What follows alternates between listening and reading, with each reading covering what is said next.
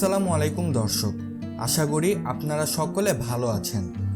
খুব বেশি দিন আগের কথা নয়, যখন গাড়ি বলতে মানুষ বুঝতো গ্যাসোলিন ও ডিজেল চালিত গাড়িকেই, এবং টেসলা ছিল শুধু একজন মহান উদ্ভাবকের নাম।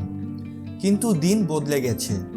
দেশে দেশে ক্রমশ জনপ্রিয় হয়ে উঠেছে বিদ্যুৎ চালিত গাড়ি। গাড়ি কেনার সময় গ্যাসোলিনের পাশাপাশি ইলেকট্রিক গাড়ির ব্যাপারেও গুরুত্ব দিয়ে বিবেচনা করছে মানুষ। এই দিন বদলের পেছনে যে নামটি সবচেয়ে জোরে সোরে উচ্চারিত হয় তা হলো টেসলা, পৃথিবীর সর্ববৃহৎ ইলেকট্রিক গাড়ি প্রস্তুতকারক কোম্পানি। টেসলা মোটরস কোম্পানি হিসেবে যাত্রা শুরু করে 2003 সালের 1 জুলাই। এর প্রতিষ্ঠাতা সদস্য হিসেবে ছিলেন মার্টিন এবারহার্ড এবং মার্ক টার্পেনিং নামক দুই স্বপ্নবাজ ইঞ্জিনিয়ার। মানুষের দোরগোড়ায় আরও উন্নত, দ্রুতগতির এবং গ্যাসোলিন চালিত গাড়ির চেয়েও আকর্ষণীয় বৈদ্যুতিক গাড়ি পৌঁছে দেওয়ার লক্ষ্যে দুজনে মিলে প্রতিষ্ঠা করেন টেসলা মোটরস। প্রতিষ্ঠার পর এবারহার্ড হন কোম্পানির সিইও এবং টার্পেনিং কাজ শুরু করেন সিএফও হিসেবে। শুরুর দিকে নিজেদের গাটের পয়সা দিয়ে কোম্পানি চালাচ্ছিলেন তারা, কিন্তু গাড়ি উৎপাদনে যেতে হলে প্রয়োজন বিশাল অঙ্কের অর্থ, যা তাদের একার পক্ষে যোগান দেওয়া সম্ভব ছিল না। তাই তারা টেসলার জন্য নতুন বিনিয়োগকারী খুঁজতে শুরু করেন। গল্পের এই জায়গায় আবির্ভাব ঘটে এলন মাস্কের। এলন মাস্ক তখন সদ্য বিলিয়নিয়রে পরিণত হয়েছেন। পেপ্যালে থাকা নিজের শেয়ার বিক্রি করে তিনি $165 মিলিয়ন মালিক বনে গিয়েছিলেন। একজন সফল উদ্যোক্তা হিসেবে তিনি তখন এই অর্থ নতুন কোথাও বিনিয়োগের কথা ভাবছিলেন। এ সময় টেসলার উচ্চাভিলাষী লক্ষ্য তার দৃষ্টি আকর্ষণ করে এবং তিনি টেসলায় বিনিয়োগে আগ্রহী হন। প্রাথমিকভাবে এলন মাস্ক $6.5 মিলিয়ন অর্থ বিনিয়োগ করেন টেসলাতে। এই বিনিয়োগের পর তিনি টেসলার চেয়ারম্যান হিসেবে দায়িত্ব গ্রহণ করেন। এর পরের বছর 2005 সালে ব্রিটিশ স্পোর্টস কার নির্মাতা প্রতিষ্ঠান লোটাসের সাথে চুক্তিবদ্ধ হয় টেসলা। চুক্তি অনুযায়ী টেসলার প্রথম গাড়ি রোড স্টার তৈরিতে বিভিন্ন ধরনের কারিগরি সহায়তা দেবে লোটাস।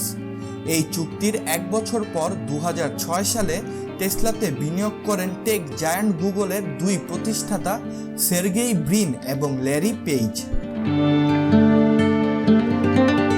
ওই বছর কোম্পানির চেয়ারম্যান এলন মাস্ক এক অভিনব কাণ্ড করে বসেন।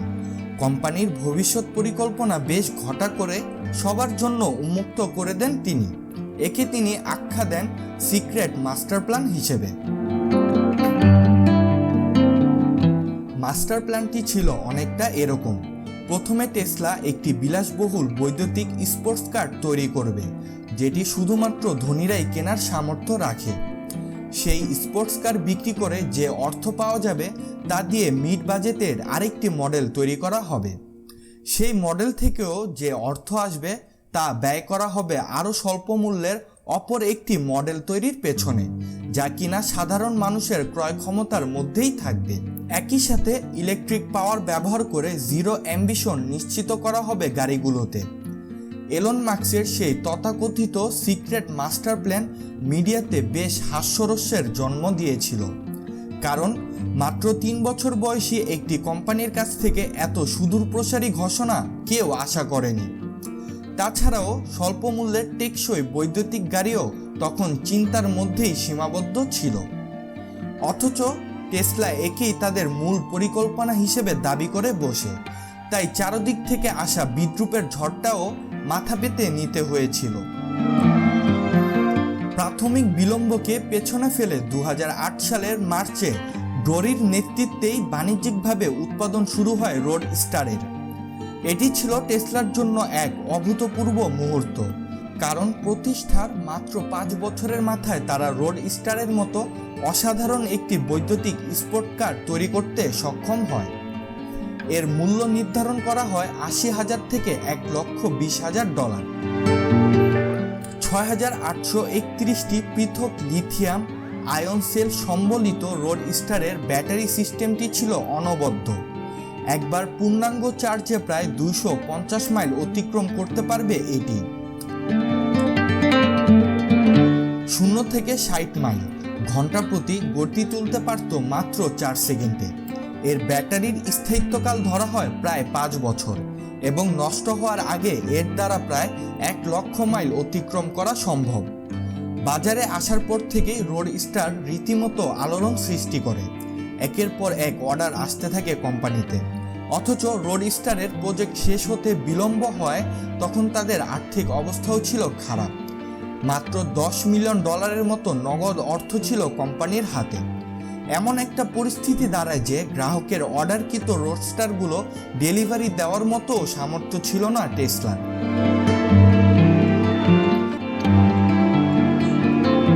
কোম্পানির এই দুরবস্থায় একে সামনে থেকে নেতৃত্ব দেওয়ার সিদ্ধান্ত নেন এলন মাস্ক। তাই ডোরিকে সরিয়ে 2008 সালের অক্টোবরে নিজেই হয়ে যান টেসলার সিইও এবং একই সাথে ছাঁটাই করেন কোম্পানির 25% কর্মচারীকে। এলন মাস্কের মতো কারিশমাটিক মানুষ কোম্পানির সরাসরি নেতৃত্বে আসায় টেসলার প্রতি আগ্রহ হয়ে ওঠে বড় বড় বিনিয়োগকারী প্রতিষ্ঠানের। ফলস্বরূপ 2009 সালে $50 মিলিয়ন বিনিময়ে টেসলার 10% শেয়ার কিনে নেয় ডাইমলার এজি। একই বছর আমেরিকার এনার্জি ডিপার্টমেন্ট টেসলাকে $465 মিলিয়ন বিশাল ঋণ প্রদান করে। এই দুটি বড় বিনিয়োগের ফলে নিশ্চিত বিপর্যয়ের হাত থেকে রক্ষা পায় টেসলা। রোডস্টার বিক্রি করে 2010 সালে শেয়ার মার্কেটে প্রবেশ করে টেসলা বিপুল পরিমাণ অর্থ আয় করে। এই সাফল্যের উপর ভর করে তারা 2011 সালে মডেল এস নামে নতুন একটি গাড়ির প্রোটোটাইপ উন্মুক্ত করে। এর মূল্য নির্ধারিত হয় $76,000, যা রোডস্টারের প্রায় 1/3। মডেল এস বাজারে আসে 2012 সালে। রোডস্টারের মতো মডেল এসও সবার মন জয় করে নেয়।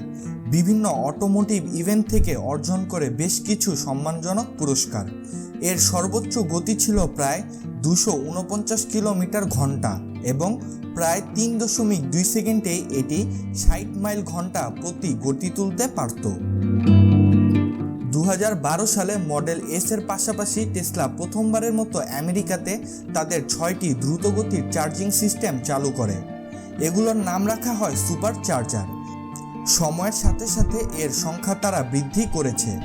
বর্তমানে বিশ্বজুড়ে 1200টি সুপার চার্জার রয়েছে টেসলার, যেখানে একজন টেসলার মালিক দ্রুত গতিতে চার্জিংয়ের কাজ শেষ করে নিতে পারে। 2015 ও 2017 সালে মডেল এক্স এবং মডেল 3 নামে আরও দুটি নতুন মডেলের গাড়ি বাজারে আনে টেসলা। এর মধ্যে মডেল 3 ছিল তাদের তৈরি সবচেয়ে কম মূল্যের গাড়ি। পূর্ব ঘোষিত মাস্টার প্ল্যান অনুযায়ী এর শুরুর দিকে মূল্য ছিল মাত্র $36,200। এই দুটি গাড়িও ক্রেতাদের মন জয় করে নেয়। টেসলার সর্বশেষ চমকপ্রদ উদ্ভাবনের নাম সাইবার ট্রাক।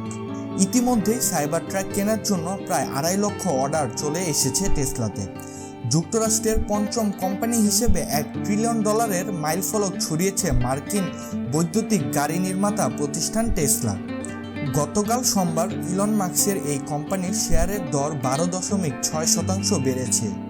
শুরুর দিকে আর্থিকভাবে পার করা কঠিন সময় বেশ ভালোভাবেই কাটিয়ে উঠেছে টেসলা।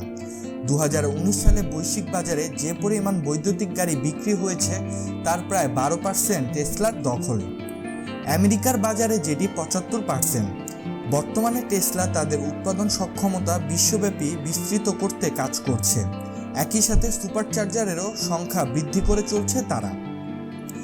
মানুষের দোরগোড়ায় আকর্ষণীয় ও উচ্চগতির বৈদ্যুতিক গাড়ি পৌঁছে দেওয়ার যে লক্ষ্য নিয়ে যাত্রা শুরু করেছিল টেসলা, তার অনেকটাই পূরণ করতে পেরেছে তারা। তবে এখানেই থেমে না থেকে সাইবার ট্রাকের মতো অত্যাধুনিক প্রযুক্তি নিয়ে কাজ করছে টেসলা। এই যাত্রায় তারা কতটুকু সফল হবে তা শুধুমাত্র সময়ই বলতে পারবে। প্রিয় দর্শক, ভিডিওটি যদি আপনার ভালো লাগে অবশ্যই একটি লাইক দিবেন এবং আমাদের চ্যানেলটি সাবস্ক্রাইব করতে ভুলবেন না। ধন্যবাদ।